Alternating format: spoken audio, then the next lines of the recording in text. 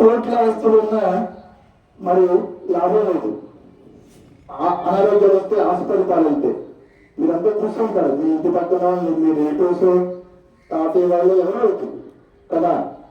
మరి అదేమీ లేకుండా చిన్నప్పటి నుంచి ఇలాంటి విద్యని, జ్ఞాన విద్య, సంగీత విద్య, ఆటల విద్యలు, ఎలాగో జ్ఞాన విద్య, యోగ విద్య ఇది నేర్చుకుంటే నో డాక్టర్ నో మెడిసిన్, జీవితాంతం డాక్టర్ అక్కల మెడిసిన్ అక్కల. బాబు దయచేసి మీరు దండం పెడితే ఎవరు మాట్లాడద్దు, ఓకేనా?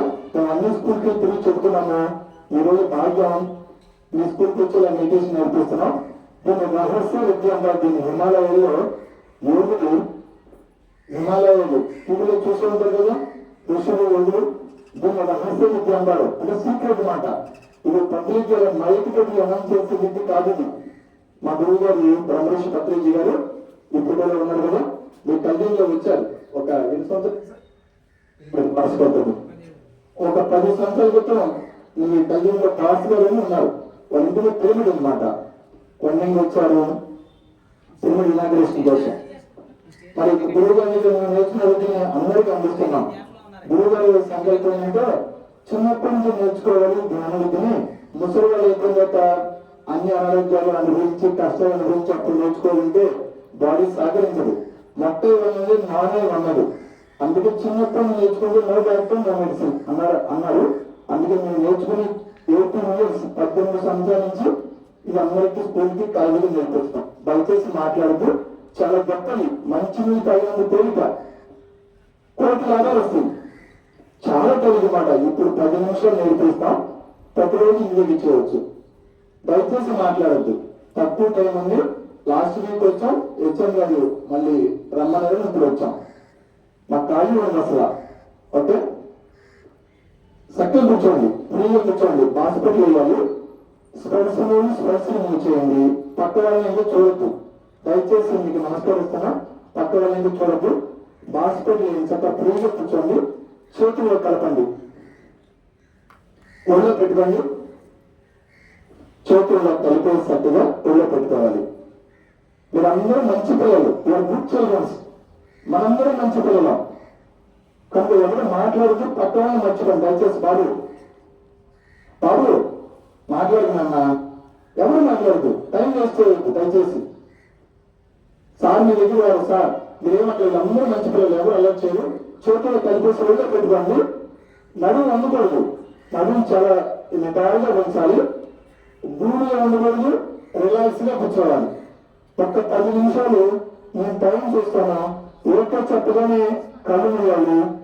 మళ్ళీ కళ్ళు తీసి చేతులు తీసి కళ్ళనే పెట్టుకోమంట. కుడి చెయ్యి కుడి కంటికి అరేంజ్ చేయాలని కంటి కదా. చేతులు రబ్ చేయకూడదు. నేను ఒక్క చెప్పి కళ్ళు తెరవండి అంట. ఇలా రబ్ చేయకూడదు, సరేనా? మీ మధ్యలో మాట్లాడతా ఇది ధ్యానం అట్లా చేయాలి మీరు చెప్తూ ఉంటారా? మీరు మాట్లాడాల్సిన పనులు కళ్ళు తెరవాల్సిన పనులు కదలకూడదు. అందుకే ముందుగా కూర్చోనమాట. బాడీ ఎలా ఉందో చూడండి. నడుము వండుకొని కూర్చోండి. కదలకూడదు. ఈ స్తంభం అట్లా ఉంది, అట్లా కూర్చోనమాట. అందుకే అలా ఫ్రీగా రిలాక్స్ చేతుల మీద ఇలా కలిపోయింది అందరూ. మీ అందరికీ కోటి లాభాలు వస్తాయి. చదువుకున్నప్పుడు టెన్షన్స్ వస్తాయి. బాగా చదివి ఆ టెన్షన్స్ పోయి మనసు ప్రశాంతంగా ఉంటుంది. ఆరోగ్యం వస్తుంది, ధైర్యం వస్తుంది, దేవుని తెలివితేటలు వస్తాయి, తగ్గిపోద్ది. ఈ అన్నీ ఏమి కాదు. చక్కగా ప్రకృతి మధ్య చల్లగా ఉంది. మామూలుగా మార్నింగ్ టైంలో బాగా వేడిగా ఉంది. ఇప్పుడు చాలా కూల్గా ఉంది ప్రకృతి మధ్య. దయచేసి అందరూ చోటు కలిపేయండి. నేను ఓకే చెప్పగానే కళ్ళు మూసేయాలి. ఎక్కడైతే ధ్యానం పడితే అక్కడ ప్రకృతి అంతా ఆనందపడుతుంది. చల్లటి గాలి వేస్తుంది ప్రకృతి మాట. అది ఎంత చల్లగాలి వస్తుందో. ఇది 18 సంవత్సరాలు 18 years అనుభవం ఉంది. 13 రాష్ట్రాలు తిరిగా ఒక 60 లక్షల మంది చెప్పుకుంటా ఇలాంటి ధ్యానం క్లాసులు ప్రోగ్రామ్స్. నాకు తెలుసు ప్రకృతి మాట గురించి. ఎక్కడైతే జ్ఞానం ఉంటే ప్రకృతి ఆనందపడుతుంది. ఏం భయపడాల్సిన పనులు. చేతులు కలిపేసిన దయచేసి. నేను ఓకే చెప్తాను. పక్క వాళ్ళని చూడగలి. Okay, please pressurise. అందరూ కళ్ళు మూసేద్దాం. ఎవరు కళ్ళు తెరవద్దు. మనం అందరం ధ్యానం చేస్తున్నాం.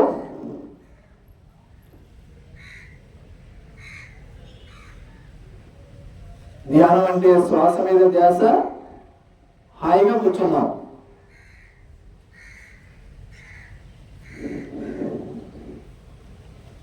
గుడ్ చిల్డ్రన్స్, మనందరం మంచి పిల్లలం.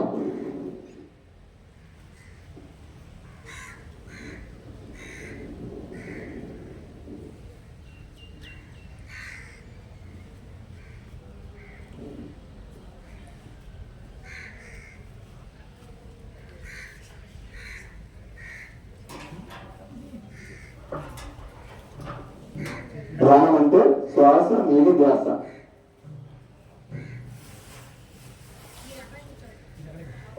ధ్యానం అంటే శ్వాస మీద ధ్యాస. కూర్చున్నాం, కళ్ళు మూసేసాం.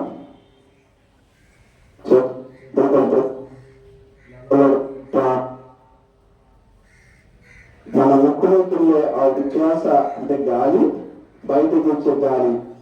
బయట సర్వం కొలుతరకూడదు. మంచి పిల్లలైతే ఎవరు కొలుతరగరు. పట్టణాన్ని మర్చిపోయి కళ్ళు మూసేయాలి. పట్టణాన్ని మర్చిపోవలసి కళ్ళు తెరకూడదు. ధ్యానం అంటే శ్వాస మీద ధ్యాస. మన ముక్కులోకి వెళ్ళే గాలి, బయటకు వచ్చే గాలిని గమనిస్తూ ఉండటమే ధ్యానం. ఇంకేమీ చేయాల్సిన పని లేదు. గాలి గట్టిగా పీల్చుకూడదు, మెల్లిగా పీల్చకూడదు, ఏమీ చేయకూడదు. ఎవరు కొలతారకూడదు. చేతులు ఒళ్ళో పెట్టుకోవాలి, కదలకూడదు.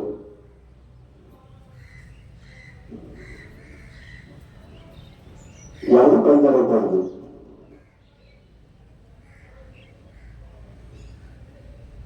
ధ్యానం అంటే శ్వాస మీద ధ్యాస. ధ్యానం చాలా తేలికైంది, ఎంతో శక్తివంతమైనది. మంచినీటి అయినంత తేలిక, కోటి లాభాలు వస్తాయి ధ్యానం చేస్తే. ఎవరు కలుతారకూడదు.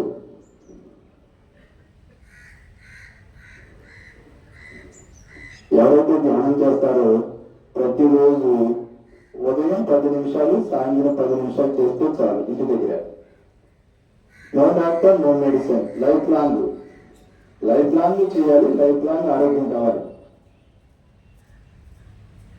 ధ్యానం చేస్తే పోయినంత శక్తి వస్తుంది. శక్తి వస్తే బాగా ఆడుకోవచ్చు. ఆటలు బాగా ఆడాలి. మంచి చదువు వస్తుంది, ఆరోగ్యం వస్తుంది. ఇంకేం కావాలి? అందుకోసమే ధ్యానం చేయాలి. అందరు బాగా చేస్తున్నారు ధ్యానం. ఇదర్ గుడ్ చిల్డ్రన్స్, మనందరం మంచి పిల్లలం.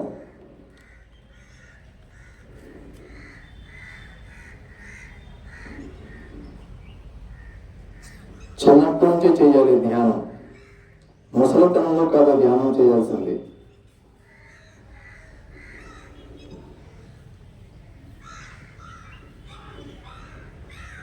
ఒక ఉదాహరణ చెప్పుకుంటే, కొన్ని ఉదాహరణలు,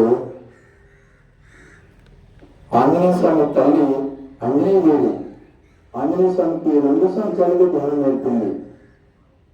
ఆంజనేయ స్వామికి అంత శక్తి, అంత బలము, అంత ధైర్యము, బుద్ధిశాలి అయ్యాడు.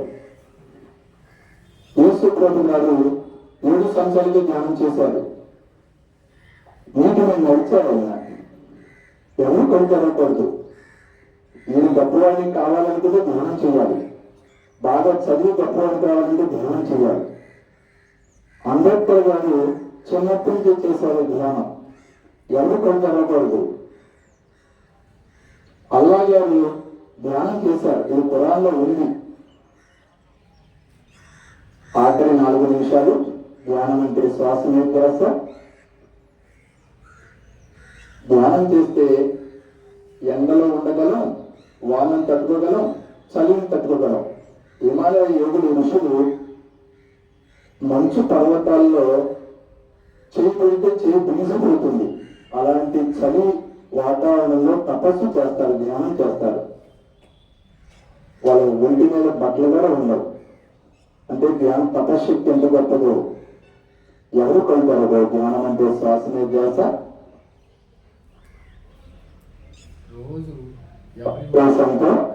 చేయాలి ధ్యానం. సంవత్సరాలు 5 నిమిషాలు చేయాలి, 10 సంవత్సరాల పిల్లలు 10 నిమిషాలు చేయాలి ధ్యానం, 12 నిమిషాలు ధ్యానం, 15 నిమిషాలు చేయాలి ధ్యానం. ఎవరు కొనుక్కోకూడదు. నేను గొప్పవాడిని కావాలి, చదువుకుని గొప్పవాడిని కావాలి, నేను అనుకున్న సాధించాలనుకున్న వాళ్ళు ఎవరైనా ఉంటే ధ్యానం చేయాలి. గొప్ప గొప్ప వాళ్ళందరూ చేసింది ధ్యానమే. మహాత్మా గాంధీజీ చేసింది ధ్యానమే. హిమాలయ యోగుల దగ్గర ధ్యానం నేర్చుకున్నారు ఆయన. అందుకే అంత ధైర్యము, అంత శక్తి, అంత జ్ఞానం వచ్చింది. అంబేద్కర్ గారు భారత రాజ్యాంగం రాశారు అంటే ఆయన ధ్యానం చేశారు ఆయన. అందుకంత మేధస్సు కలిగింది, గొప్పవారయ్యారు.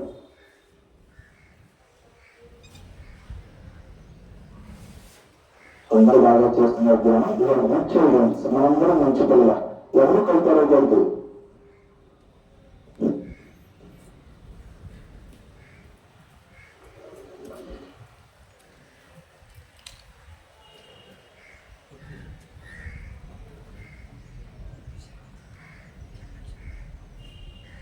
ఆఖరి 3 నిమిషాలు ధ్యానం అంటే శ్వాస అభ్యాస.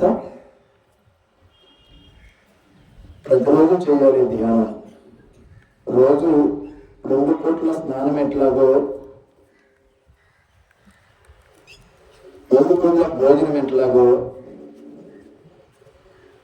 ధ్యానం కూడా మన నిత్య జీవితంలో భాగమైపోవాలి.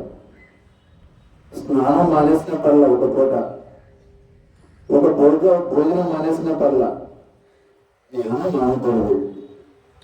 అప్పుడు లాభాలన్నీ వస్తాయి. ధ్యానంతో కోటి లాభాలు.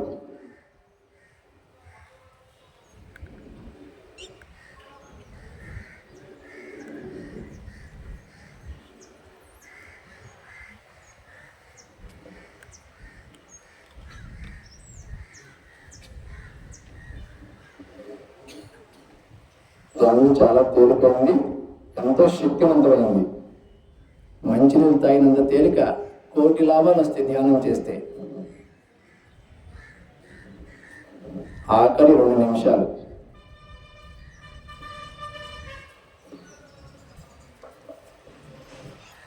ఎంత బాగా చేస్తున్నారు అందరూ ధ్యానం. అందరూ మంచి పిల్లలే.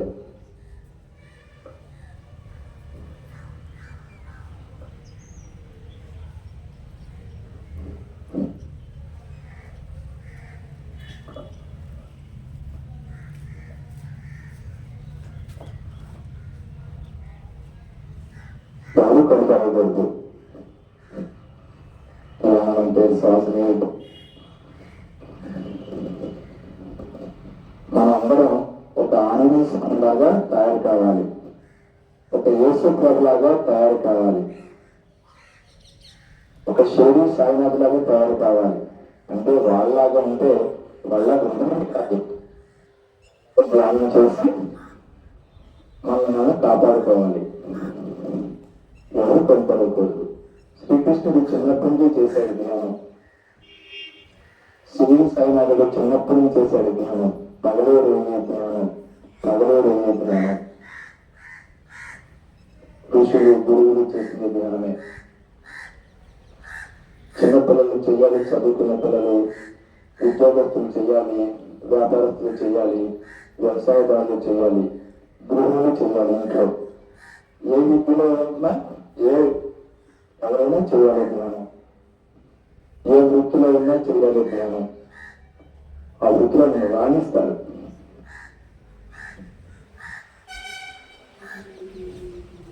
ఆఖరి అంశం ధ్యానం అంటే శ్వాసమే ధ్యాస.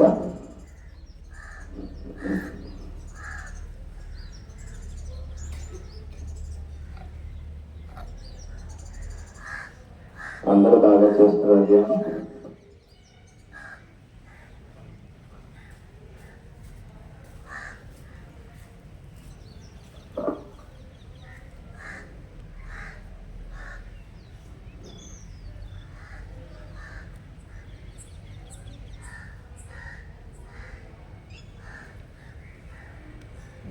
మనందరం మనుషులం, మనందరం మానవులం. జరగకూడదు. ప్రకృతి మాత, భూమాత, భగవంతుడు మానవుడికి ఇచ్చిన ఆహారం శాకాహారం. శాకాహారం అంటే చెట్ల నుంచి వచ్చిన ఆకుకూరలు, కాయగూరలు, ఆవులు, గేదెలు, పాలు పదార్థాలు మాత్రమే శాకాహారం. ఎవరు పని జరగకూడదు. ఆఖరి 40 సెకండ్లు మానవుల ఆహారం శాకాహారం. శాకాహారం అమృతాహారం. ఆఖరి 30 సెకండ్లు ధ్యానం అంటే శ్వాస మీద ధ్యాస.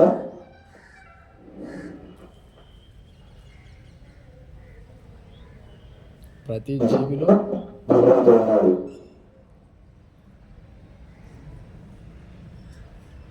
సకల జీవరాశులు భగవంతుడు ఉన్నాడు. అందరిలో ఉన్నది భగవంతుడే.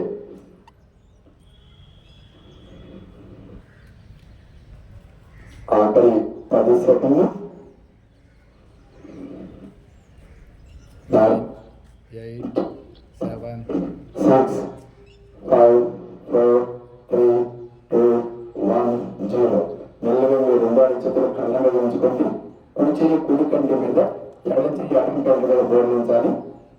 ఒక 10 సెకండ్స్ అలాగే ఉంచండి. మెల్లగా రిమూవ్ ది హ్యాండ్స్. చేతులు తీసి పైకి వెళ్తాం. ఒకసారి ధ్యానాన్ని గట్టిగా క్లాస్ కొడతాం. గట్టిగా ధ్యానానికి గట్టిగా క్లాస్ కొడదాం. గట్టిగా నేను వచ్చేవాళ్ళంటే ఆపమని కూడా కొడుతూనే ఉండాలి. గట్టిగా క్లాస్ కొట్టండి. కాదు, ఈ క్లాస్ కొట్టడం వలన ఈ అరిచేతులు శక్తి పాయించమాట. ఈ అరిచేతులు ఇలా కొట్టడం వల్ల మనలో ఎనర్జీ ఫామ్ అవుతుంది. కొట్టండి. ఒక గొట్టు కొట్టాలి గట్టిగా. ఇవన్నీ అరిచేతులు మనం ఇవన్నీ శక్తి పాయింట్, ఇవన్నీ మన ఎనర్జీ పాయింట్స్. ఇవన్నీ ఇలా కొట్టడం వల్ల ఎనర్జీ ఫామ్ అవుతుంది. కొట్టుకోండి. మెదడు కూడా పెరుగుతుందన్నమాట. అందరూ బాగా చూసారు మనం. ఓకే ఓకే బాబు, దయచేసి మాట్లాడదు. అందరూ బాగా చేశారు ధ్యానం. పక్క వాళ్ళతో మాట్లాడితే మీ ధ్యాన శక్తి పోతుంది. దయచేసి మాట్లాడద్దు. మీరు వాళ్ళు మాట్లాడితే మీరు మాట్లాడద్దు. బాగుంది ధ్యానం తల్లి, తలకాయ కొట్టండి చాలు. అందరూ బాగా చేశారు. ఒకళ్ళు ఇద్దరు కళ్ళు తెలిసిన తప్ప అందరూ మిగతా బాగా చేశారు. ఇప్పుడు ఎలా చేశారో ప్రతిరోజు ఇంటి దగ్గర మార్నింగ్ హోంవర్క్ చేస్తారు కదా, బుక్స్ ముందు పెట్టుకుని ఫస్ట్ మెడిటేషన్ చేయాలి. ఫస్ట్ మెడిటేషన్, తర్వాత హోంవర్క్. ముందు హోంవర్క్ కాదు, మార్నింగ్ ఈవినింగ్ తప్పకుండా చేయాలి. ఎందుకు చేయాలి అంటే, ఎప్పుడైతే కళ్ళు మూసి కూర్చొని శ్వాసని గమనిస్తూ కూర్చున్నారో ఈ సృష్టి అంతా కాస్మిక్ ఎనర్జీ ఉంది, విశ్వమయ ప్రాణశక్తి. ఈ శక్తి మీ చిన్నపిల్లలకి కూర్చున్న ఒక 10 సెకండ్స్ కి 20 సెకండ్స్ మైండ్ జీరో అయిపోతుంది. ఇక్కడ బ్రహ్మరంధ్రం ఉంది.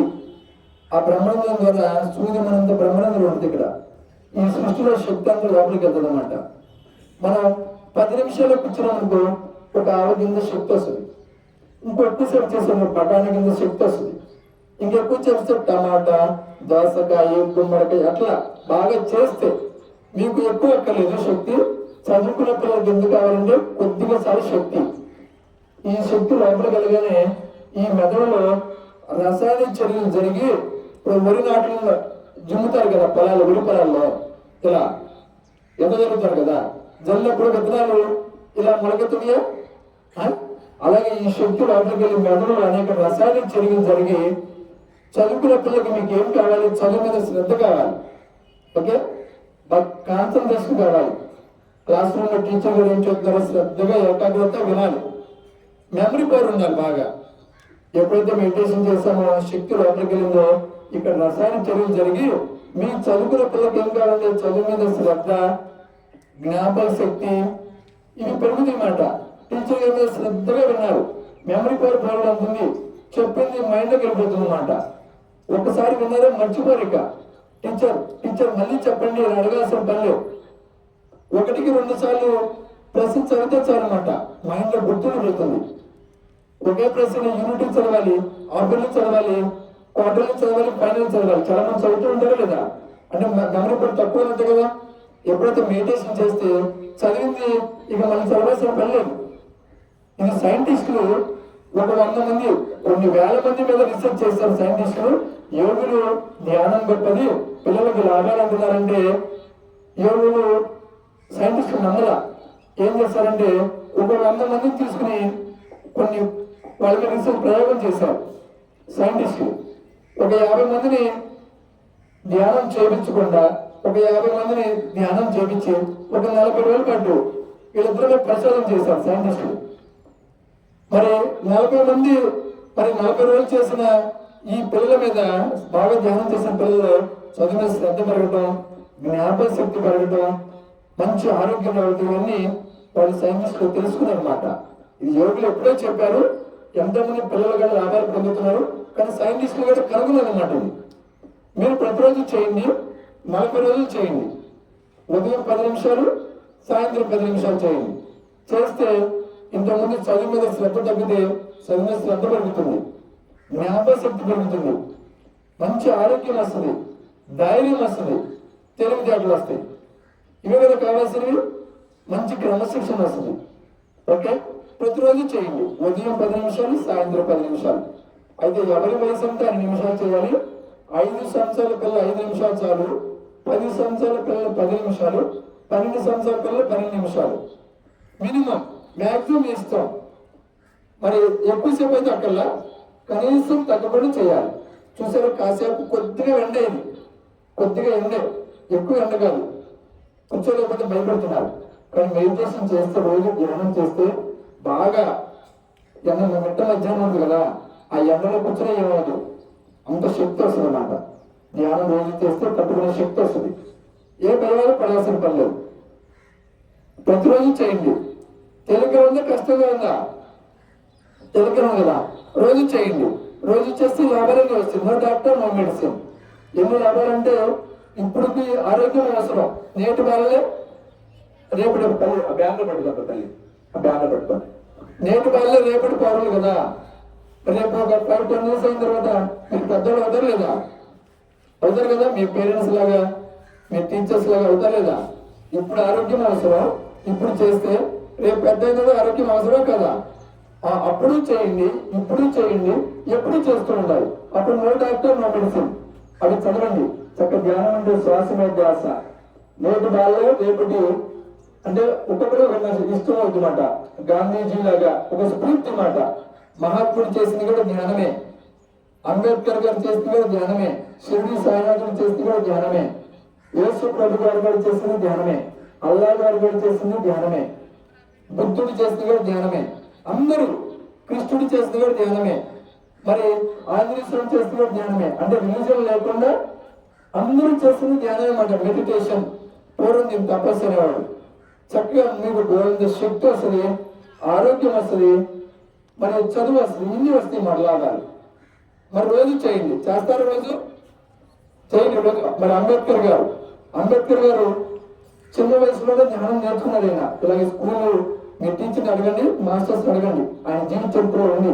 అంబేద్కర్ గారు ఇలా స్కూల్ టైంలోనే మెడిటేషన్ నేర్పారు. బుద్ధుడి యొక్క ఫాలోవర్స్ వచ్చి మెడిటేషన్ స్కూల్లో. అప్పుడు అంబేద్కర్ గారు ధ్యానం నేర్చుకుని దాన్ని రోజు ప్రాక్టీస్ చేసి ఆయన మేధస్సు అంత అపారంగా పెరిగింది.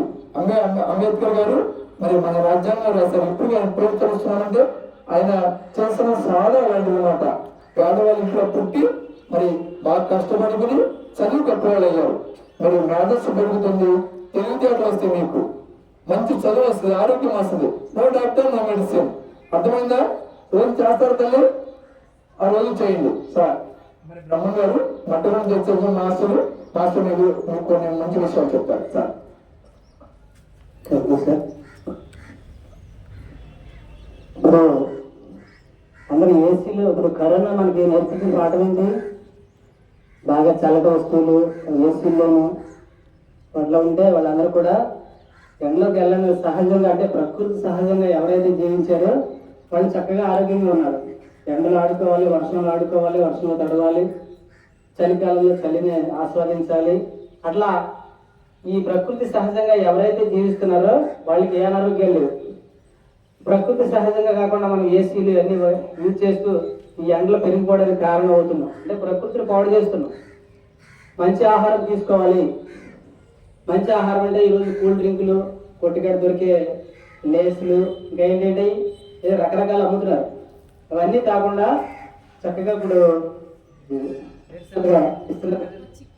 చిక్కీలు, చక్కగా నువ్వుల అచ్చులు కానీ ఇంటి దగ్గర వేయించుకోండి. నువ్వుల ఉండలు, సున్నుండలు, ఖర్జూర, ఇవన్నీ మన ఇంటి దగ్గర చేసుకునే వస్తువులు అప్పటికప్పుడు తయారు చేసుకునేవే మంచి ఆహారం అండి. ఎప్పుడో సంవత్సరం క్రితం, 6 నెలల క్రితం తయారు చేసి కొట్టిన దగ్గర ప్యాకెట్లో నిల్వ ఉంచి అమ్మినవన్నీ అనారోగ్యాలు తెస్తాయి. కూల్ డ్రింక్లు అసలు తాగొద్దు. అది బాత్రూమ్ క్లీనర్స్ ఒక రకంగా చెప్పాలంటే. యాసిడ్లు కూల్ డ్రింక్లు ఎవరు తాగొద్దు. కూల్ డ్రింక్లు చాలా ఆనందదాయకం. ఎప్పుడో తయారవుతాయి, గ్యాస్ పెరుగుతుంది, తిన్నది అరగదు. మీరు భోజనం చేసేటప్పుడు నీళ్ళు త్రాగొద్దు ఎవరు కూడా. భోజనం చేసేటప్పుడు బాగా నమిలి ఆస్వాదిస్తూ చక్కగా ఆ రుచిని ఆస్వాదిస్తూ తినండి. నమిలి తినాలి. తిని భోజనం చేసేటప్పుడు గబగబా తింటే ఏమవుతుంది, నీళ్లు తాగుతారు. నీళ్లు త్రాగడం వల్ల ఇక్కడ అగ్ని మనకి జడదాగిని అని చెప్పి జీర్ణాశయం ఉంటుంది, అది ఆరిపోతుంది అనమాట. మీరు తిన్న ఆహారం గంటకు అరగాల్సిన ఆహారం 3 గంటలు అరుగుతుంది. 3 గంటలకు అరిగితే అది కుళ్ళుతుంది అనమాట. దానివల్ల గ్యాస్ వస్తుంది మీకు. అందుకని భోజనం చేసేటప్పుడు వాటర్ తాగకుండా 1 గంటన్నర తర్వాత వాటర్ తాగాలి ఎక్కువ. రోజు ఉదయం లీటర్ నీళ్లు తాగండి. అవసరమైతే మీకు బాగా మోసక్రియ ఉన్నటువంటి వాళ్ళు గోరువెచ్చని నీళ్ళు 1 లీటర్, గోరువెచ్చని నీళ్ళు, చల్లటి నీళ్ళు 1 లీటర్, అట్లా ఉదయం ఎక్కువ వాటర్ తాగితే ఈ పొట్టంతా క్లీన్ అవుతుంది, బాగా ఆకలి వస్తుంది. తిన్నది బాగా మీరు భోజనం చేసేటప్పుడు నీళ్ళు తాగితే అది సరిగా అరగదు. ఇంకా ఇప్పుడు అంతా మనం ఈ తెల్ల రైస్ తింటున్నాం అందరం కూడా, వైట్ రైస్. వీలైతే ముడి బియ్యం అంటారు, చక్కగా పొట్టు తక్కువ బియ్యం తీసుకుంటూ. వీలైతే ఆర్గానిక్ పంట ఎక్కడ దొరికితే మందులు లేని ఆహారం. నేను ప్రకృతి వ్యవసాయం చేస్తాను అంటే ఏ మందులు లేకుండా ఆహారాన్ని మన ఇంటి దగ్గర కొంత తోటకూర, పాలకూర, కాయగూరలు ఇంటి దగ్గర పెరట్లో మనం పండించుకుంటూ చక్కగా పొలంలో వరి కూడా ఏ మందులు లేకుండా ఎవరైతే పండించుకుంటారో ఇవన్నీ కూడా వాళ్ళకి అనారోగ్యాలు ఏ హాస్పిటల్కి వెళ్ళాల్సిన అవసరం లేదు. నేను 20 ఏళ్ళ నుంచి చేస్తున్నాను, ఆచరిస్తూ మీకు అందరికీ చెప్తున్నాను. నేను నో డాక్టర్ నో మెడిసిన్. దాంతోపాటు మీకు చదువులో ఒత్తిడి ఇవన్నీ ఉంటాయి కాబట్టి చక్కగా ధ్యానం ఎవరైతే చేస్తారో ఈ మనసు కూల్ అవుతుంది, రిలాక్స్ అవుతారు చక్కగా. అప్పుడు బాగా చదివింది బాగా గుర్తుంటుంది. లేకపోతే మీకు మనసు ఒత్తిడిగా ఉన్నప్పుడు ఏదైనా చదివితే గుర్తుంటుందా? జ్ఞాపకశక్తి తగ్గుతుంది.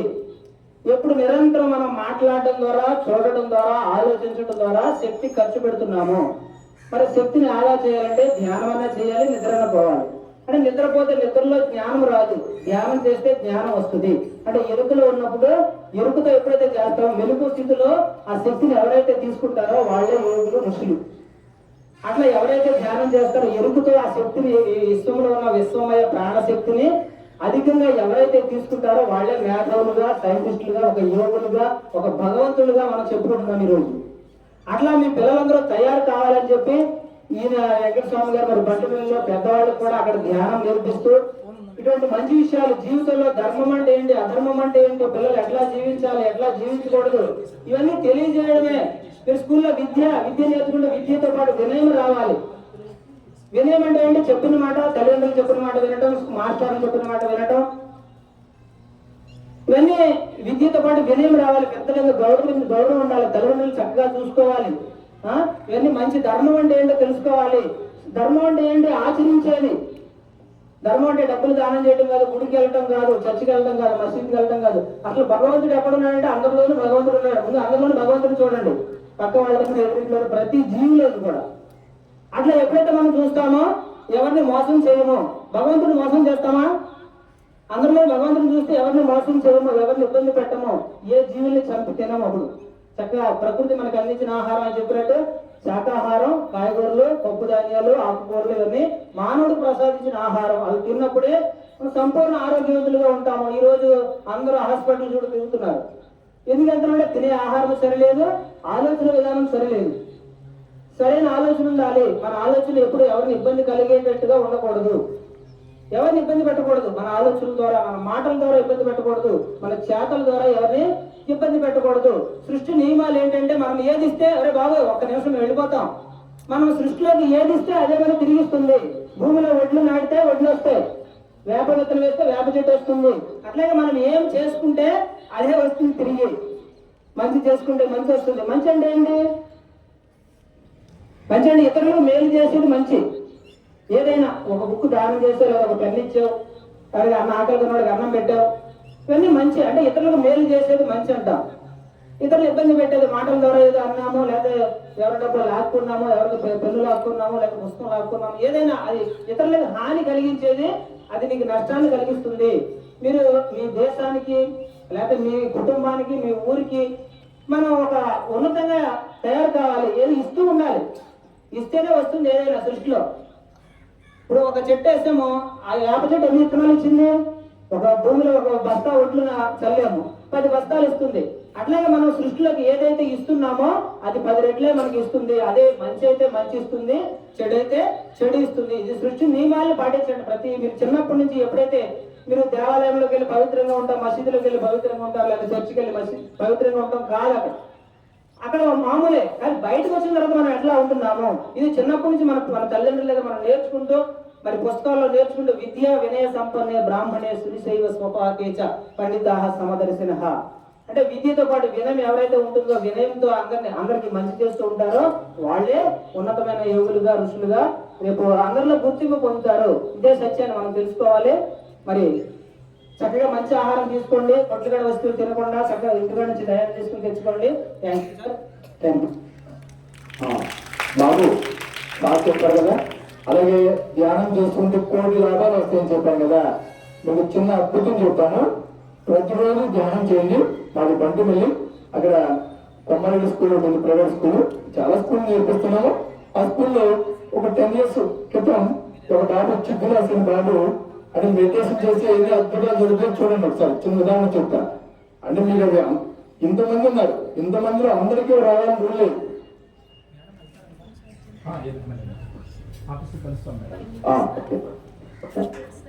అదే కోరుకున్నాను మేడం, ఇంకా అవలే.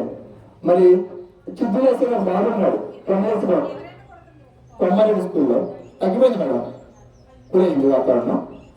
మరి ఆ బాబు మెడిటేషన్ చేస్తాడు, శాఖాహారి అయ్యాడు. ప్రతిరోజు మీకు హోంవర్క్ ఇస్తారు కదా టీచర్స్, హోంవర్క్ ఇస్తారు కదా. హోంవర్క్ రాసి చదివి అది చెప్పాలి, రాసి చూపించాలి, అవునా? ఆ బాబు ఎక్స్పీరియన్స్ చెప్పాడు మాట. ఏ బాబు వినండి చక్కగా, మెడిటేషన్ ఎన్ని అద్భుతాలు జరుగుతాయో చూడండి. రోజు చేస్తే జరుగుతుంది మాట. ఎవరికి కొందరికి జరుగుతుంది, అలానే అందరికీ జరగలేదు. చూడండి, ఆ బాబు ఒకరోజు ఒక సబ్జెక్ట్ హోంవర్క్ రాయలా, రాకపోతే ఏం చేస్తారు మీ టీచరు? కొడతారా? అవునా? ఆ బాబు ఏం చేస్తాడంటే అన్ని సబ్జెక్టులు మాస్టర్కి చూపించి ఆ సబ్జెక్ట్ మాస్టర్ వచ్చరికి బుక్ తీశాడు. చూడండి, బుక్ తీసిన తర్వాత ఆ హోంవర్క్ రాసేసి ఉంది దాంట్లో. తను రాయలా, స్కూల్లో ఇంటి దగ్గర రాయలా. స్కూల్కి వెళ్ళిన తర్వాత బుక్ ఓపెన్ చేస్తున్న దాంట్లో రాసింది అన్నమాట. ఎవరు రాశారు? ఎవరు రాశారు? ఒకళ్ళు మెడిటేషన్ చేస్తే ఆపద సమయంలో ఆదుకోవడానికి ధ్యానము ఎన్నో అద్భుతాలు జరుగుతుందన్నమాట. నాకు బాబు వచ్చి చిత్తురాసా బాబు 10 years ఇంజనీరింగ్ హైదరాబాద్ జాబ్ చేస్తున్నాడు, కొమ్మారెడ్డి స్కూల్ చదివాడు 10 years బ్యాక్. అలా చాలా మంది జరిగింది. అన్ని సబ్జెక్టులు రాయాలి కదా, చూపించాలి కదా టీచర్స్ కి, హోంవర్క్ చెప్పాలి కదా. కానీ ఆ బాబు ఒక సబ్జెక్ట్ రాయాల. నాకు తర్వాత వచ్చి చెప్పాడు మాట, రైటింగ్ చెప్పి ఓ బుక్ తీసరికి రాసేసింది, సేమ్ రైటింగ్ అన్నమాట. ఇవాళ నాకు కొడతారులో 70 కాయ అనుకున్నాడు. ఇలా చూసేందుకు బుక్ ఆశ్చర్యపోయాడు, రాసింది దాంట్లో. ఇది మెడిటేషన్ జరుగుతున్నమాట. అంటే అలాగే రోజు మెడిటేషన్ చేసి హోంవర్క్స్ రాయకుండా వెళ్తే స్కూల్కి వెళ్తే జరగవన్నీ. మెడిటేషన్ చేస్తే రోజు బాగా చదువుతారు, హోంవర్క్ బాగా చేస్తారు, అన్ని బాగుంది.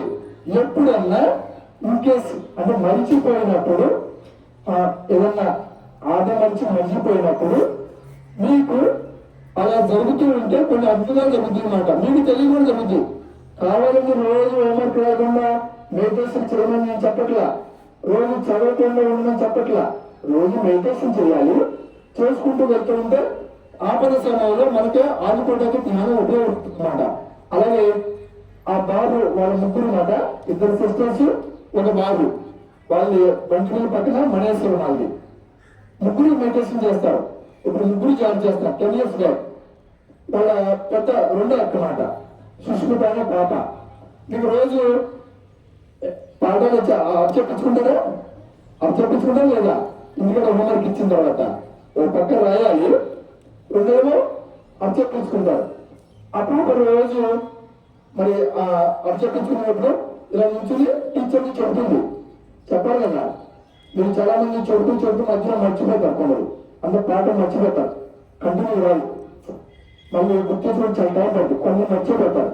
ఆ పాఠం ఉన్నట్టుండి ఈ చెవులోకి వచ్చి వెనకాలందరూ పిల్లలు కూర్చున్నారు, అంటే వాళ్ళ ఫ్రెండ్స్ క్లాస్ లో తన పాఠం చెప్పిందన్నమాట. ఇలా చెబుతూ మధ్యలో ఎవరు వచ్చి అందిస్తున్నారంట. అక్కడ ఎవరు లేరు, ఎవరు లేరు, చెబుతున్నారంట. వెంటనే కంటిన్యూ అయిపోయింది పాఠం. చూసారా?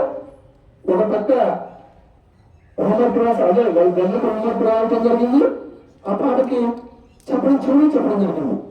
ఇవన్నీ నెలకేసి అంటారు, ఇంగ్లీష్ లో తెలుగులో అద్భుతాలు అంటారు. చూడండి, ఇంకా మూడోది చెప్తాను. మరి మాట్లాడుతూ మీరు మళ్ళీ రాను. లాస్ట్ ఇయర్ 2 years బ్యాక్ రాగా అంతకుముందు వచ్చాము కంటిన్యూగా. మూడోది చెప్తాను ఒకటి, తల్లి ఎవరు మాట్లాడకూడదు. బాబు వినండి, మీ అందరికీ ఆపద సమయంలో ఆదుకోవడానికి జ్ఞానం ఎలా ఉపయోగపడుతుందో చూడండి. రోజు చేస్తే 2 చెప్పాను, 1 హోంవర్క్ రాయడం చెప్పాను, 2 పాఠం కంటిన్యూ చేయడం చెప్పాను, 3 చెప్తాను. మీకు ఎగ్జామ్ జరుగుతూ ఉంది కదా, ఇది వాళ్ళిద్దరే కాదు, ఎంతో మంది పిల్లలు వాళ్ళు ధ్యానం చేసి ఎక్స్పీరియన్స్ వచ్చిందన్నమాట. వాళ్ళు చెప్పారు, పుస్తకాలు నేను చదివాకొని ఈ ముగ్గురి మట్టికి నేను స్వయంగా విన్నాను అనమాట, వాళ్ళ జీవితం జరిగింది. మీకు ఎగ్జామ్స్ వస్తూ ఉంటుంది కదా, ఎగ్జామ్స్ పేపర్స్, ఎగ్జామ్ రేపు ఎగ్జామ్ అంటే బాగా చదవాలి కదా రోజు. అలాగే రోజు మెడిటేషన్ చేస్తూ ఉంటే మీకు కొన్ని ఎగ్జామ్స్ ఈ ధ్యానంలో కొన్ని ప్రశ్నలు కనబడుతున్నాయి అంట. ఒక సబ్జెక్ట్ లో కొన్ని ప్రశ్నలు కనబడుతున్నాయి. ఒక బాబు సాయి అని ఒక బాగున్నాడు, కొన్ని ప్రశ్నలు కనబడుతున్నాయి. ఏం జరుగుతున్నాయి? అన్ని ప్రశ్నలు చదివాడు. క్లాస్కి వెళ్ళిన తర్వాత ఎగ్జామ్ పేపర్ కట్టింగ్ చూస్తే సేమ్ ప్రశ్నలు అయ్యే వచ్చినాయి. ఎలాంటి ప్రశ్నలు కనబడినాయో అవే క్వశ్చన్స్ వచ్చినాయి అన్నమాట. ఇలా ఎంతో మంది పిల్లల వినాయకులు జరిగినాయన్నమాట. ధ్యానం అంత గొప్పది. ధ్యానం చేసే 1 కోటి లాభాలు వస్తాయి. ఆరోగ్య లాభం, మానసిక ప్రశాంతి లాభం, చక్కగా మరి చదువు లాభం, అన్ని 1 కోటి లాభాలు. రోజు చేసేవాళ్ళకి 101 నో మెడిసిన్. అయితే మరి ఒక ధ్యానంతో పాటు సార్ చెప్పారన్నాక మంచి ఆహారం తినాలి. మంచి ఆహారం అంటే చెప్తాయి. ఏ ఆహారం మంచి ఆహారం అంటే ఆకుకూరలు అందరికీ తెలుసు. మన ఊళ్ళో మధ్యాహ్నం అన్నం తింటాం, పొద్దున్న తింటాం, సాయంత్రం తింటాం, ఆకుకూరలు కాయగూరలు తింటాం, ఫ్రూట్స్ తీసుకుంటాం. అలాగే మంచి ఆహారము శాకాహారం. భూమాత, మనకు భూమాత కూర్చున్నాం కదా, నేను నిలబడినా మీరు కూర్చున్న భూమాత కదా.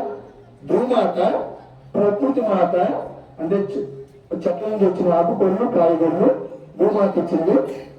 మనకి ఇచ్చిన ఆహారం శాకాహారం. అర్థమైందా? శాకాహారం అంటే అది చెట్ల నుంచి వచ్చిన ఆకుకూరలు కాయగూరలు, ఆవులు గేదెలు పాలు పదార్థాలు మాత్రం శాకాహారం. అవి తిన్నప్పుడు మేధస్సు పెరుగుతుంది, ధ్యానం బాగా పెరుగుతుంది, చదువు వస్తాయి, తెలివితేటలు వస్తాయి. అంబేద్కర్ గారు మరి అంత రాజ్యాంగం రాయడానికి కారణం ఏంటంటే ఆయన జీవించే చదవండి, లేదా టీచర్స్ అడగండి. ఆయన శాకాహారం తిన్నారు. ఆయన అంబేద్కర్ గారు ధ్యానం చేశాడు. అబ్దుల్ కలాం గారు శాకాహారం తిన్నారు. అబ్దుల్ కలాం గారు అడగండి, టీచర్స్ అడగండి. అబ్దుల్ కలాం గారు అంత సైంటిస్ట్ అవ్వడం కారణం కేవలం శాకాహారం. ఆయన మెడిటేషన్ చేయలేదు. అబ్దుల్ కలాం గారు శాకాహారం తిన్నారు. గాంధీజీ ధ్యానం చేశారు, హిమాలయ యోగం కూడా శాకాహారం తిన్నారు. అంత ధైర్యం వచ్చింది. ఎంతోమంది మన రాష్ట్రపతి ఎవరు చెప్పండి, మన రాష్ట్రపతి మరి ఆ మేడము మరి ఆ రాష్ట్రపతి అవగానే ఆ రాష్ట్రపతి భవనంలో ఫస్ట్ విందు ఇచ్చారు. అంత అక్కడ మినిస్టర్కి అందరికి ఫస్ట్ శాకాహారం పోయిన ప్రతి కూడా మేడం శాకాహారం తింటారు. గొప్ప గొప్ప సైంటిస్టులు అందరూ శాకాహారమే. మనం పూజ చేసే దేవుళ్ళందరూ లాస్ట్ మినిట్ టైం అయిపోతుంది, మనం పూజ చేసే దేవుళ్ళందరూ చక్కటి శాకాహారం తినమన్నారు. ఇప్పుడు మరి యేసు ప్రభు గారు ఉన్నారు, ఆయన శాకాహారం తినమన్నారు. అహింస పరమో ధర్మ. అల్లా గారు ఉన్నారు, ఖురాన్లో ఉంది శాకాహారం తినమని. మరి భగవద్గీత అహింస పరమో ధర్మ అని మీరు పూజ చేసే దేవుళ్ళందరూ హింస వద్దన్నారు. అర్థమైందా? గురువులు చెప్పినా ఇదే, దయచేసి శాకాహారం తినండి, మీ ఆరోగ్యం మీ చేతిలో ఉంటే. కరోనా లాంటివి ఎన్నో వస్తాయి, వినపడిన సమయం ఎప్పుడో చెప్పారు. ఇంకా కరోనా అయిపోయింది మనం అనుకుంటున్నాం కదా, 4 ఏళ్ళు అయిపోయింది, ఇంకెన్నో వ్యాధులు వస్తాయి అనుకున్నారు. అవన్నీ ఇలా రావులు వచ్చి చెప్పడానికి కారణం అంటే అదేమీ రాకుండా అందరూ బాగుండాలి, శక్తిగా బలంగా ఉండాలని మా సంకల్పం. అందుకే ప్రతి స్కూల్కి చెప్తున్నాం, శాకాహారం తింటే రెస్పాన్స్ పవర్ పెరుగుతుంది, ధ్యానం చేయండి, చక్కగా బాగుంటుంది. ఓకేనా? మరి దయచేసి మీరు చాక్లెట్ తింటారు కదా, చాక్లెట్లు బిస్కెట్ కవర్లు ఉంటాయి కదా, తినేసి ఏం చేస్తారు? పడేస్తారు. అవునా లేదా? నిజం చెప్పండి, పడేస్తారు లేదా? కానీ అలా పడేయకూడదన్న. జపాన్లో యూట్యూబ్కి వెళ్ళండి, జపాన్లో teaching meditation Japan YouTube cell phone ఉంది కదా, నేను చూసాను అనమాట. నేను జపాన్ వెళ్ళలేదు. జపాన్లో యూట్యూబ్ అడగండి, జపాన్లో టీచింగ్ స్టడీ అని అడగండి. వాళ్ళు ఎలా నేర్పిస్తారో చూడండి. చిన్నప్పటి నుంచే మీకు ఇంగ్లీషు, తెలుగు, హిందీ, ఉర్దూ అనేక భాషలు, లెక్కలు, శ్వాసలను నేర్పిస్తారు స్కూల్లో, ఆటలు. జపాన్లో చిన్నప్పటి నుంచే స్కూల్లో ఎలా ఉండాలి, ఇంట్లో ఎట్లా ఉండాలి, రోడ్డు మీద వెళ్తే ఎట్లా ఉండాలి, అంటే పార్కుకి వెళ్ళినా ఎట్లా ఉండాలి నేర్పిస్తారు. ఒక చాక్లెట్ తినారంటే చాక్లెట్ ని అలా పడేయలేరు, ఎదురుగా డస్ట్బిన్ నేర్పిస్తారు, లేదా బ్యాగ్ లో పెట్టించి డస్ట్బిన్ ఎక్కడ తీసుకెళ్ళి నేర్పిస్తారు స్కూల్లో. ఇంటికాడ కూడా చాక్లెట్ తిన్నా ఏం తిన్నా డస్ట్బిన్ నేర్పిస్తారు. పేరెంట్స్ నేర్పించారు, స్కూల్లోనే నేర్పిస్తారు. ఇవన్నీ అయిపోయింది కదా. పార్కుకి వెళ్తారు, సినిమా హాల్కి పార్కు, అక్కడ చాక్లెట్ బాబా మళ్ళీ మాట్లాడకండి, ఇది నాట్ నర్సరీ క్లాసా, దయచేసి మాట్లాడకండి బాబు. మరి సినిమాలకు వెళ్ళినా పార్క్ వెళ్ళినా చాక్లెట్ తిన్నా బ్యాగ్ లో పెట్టుకుని డస్ట్బిన్ లో వేస్తారు వాళ్ళు. అంటే వాళ్ళు ఇంటి ఎలా శుభ్రం చేస్తున్నారు, స్కూల్ ఎంత శుభ్రం చేస్తారు, స్కూల్ ఎంత శుభ్రం చేస్తారు, వాళ్ళ ఊరిని పరిసరాలు శుభ్రం చేస్తారు. అంటే దేశం అంటే మట్టి కాదు, దేశం అంటే మనుషులు అని గురదడు అబ్బాయి గారు ఉన్నారు.